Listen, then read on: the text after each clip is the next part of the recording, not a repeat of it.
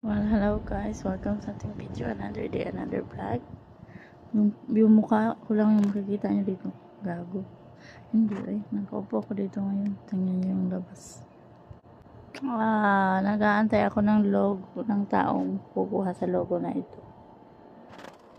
Tingnan nyo yung labas namin. Yes. Dito sa lugar sa Saudi maganda naman. Oo, ang kalalaki ng bahay nila eh, diba? Kita nyo naman. Malalaki. Nandito ako sa lugar na Jazan ang pangalan. Jazan. Yes. Kita nyo guys. Tingnan nyo yung pusa. Akala ko, walang pusa din sa Saudi. Meron din mga guys. Tingnan nyo. Kita nyo. Pusa. Yes.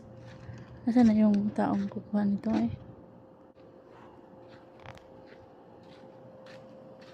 Another day natin ngayon is may sabihin ako sa inyo guys share ko na to sa mga baguhan or sa gustong mag-OFW dito o yung mga nandito na basta perseguido, may tiwala sa sarili, isip at lakas para maging matyaga kahit ano pa yan, kayang-kaya nyo yan.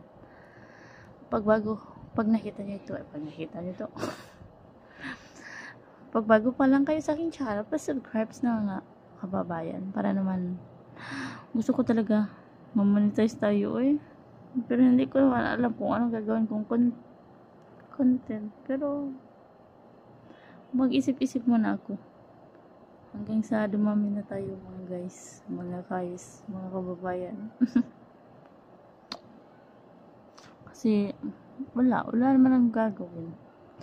Tsaka mag-share ako sa inyo ng story about sa isang Arabiano na na-inlove sa isang Pilipino.